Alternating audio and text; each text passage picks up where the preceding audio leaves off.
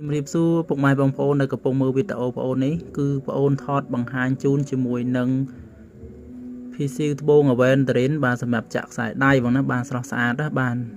តម្លៃលក់ជូនបងតម្លៃពិសេសហើយនេះគឺ PC Strawberry ឈូកបងណាបាទស្អាតសម្រាប់ចាក់កម្មខ្សែដៃបាទសម្រាប់បងដែលមានកម្មខ្សែដៃហើយឬក៏បងចង់ទិញពីខាងបងប្អូនក៏មានលក់ដែរបាទសម្រាប់យកទៅចាក់ជាកម្ម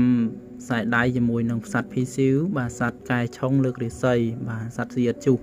ត្បូង Aventurin ហើយជាមួយនឹង Strawberry ហើយនេះគឺតំណាងត្បូង Aventurin បាទថង់លុយបងតាគ្នាសម្រាប់ចាក់កម្មខ្សែដៃដូចគ្នាបងណាបាទហើយនេះគឺ PC សរសៃសូត្រមាសអញ្ចឹងបងដែលចង់ទិញមួយណាបងធ្វើការទិញបានថត screen ឬក៏ឆាតចូល page បាទ PC សូត្រមាសស្អាតរបស់បងនេះស្តុកថ្មីបាទសម្រាប់យើងចាក់កម្មចាប់ពីទំហំ6លី8លី10លីបានណាបងណាបាទសម្រាប់ PC ដែលបងអូនថតបង្ហាញជូនបងនេះហើយបងកុំបារម្ភថាអត់មានរបស់ចាក់នេះបាទក៏មានលក់ដែរណាបងណាបាទសម្រាប់អំបោះយឺតសម្រាប់ចាក់កម្មខ្សែដៃបាទបងចង់ទិញអំបោះក៏បានឬក៏ទិញជា PC យកទៅចាក់កម្មខ្សែដៃក៏បានដែរបងណាបាទគឺមានលក់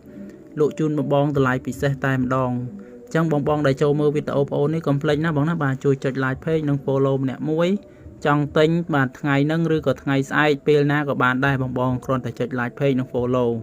បាទលក់ជូនបងធ្វើការឆាតចូល page ជំរាបលាបងសម្រាប់តាមដានវីដេអូបងអូនសុខភាពល្អសំណាងល្អទាំងអស់គ្នា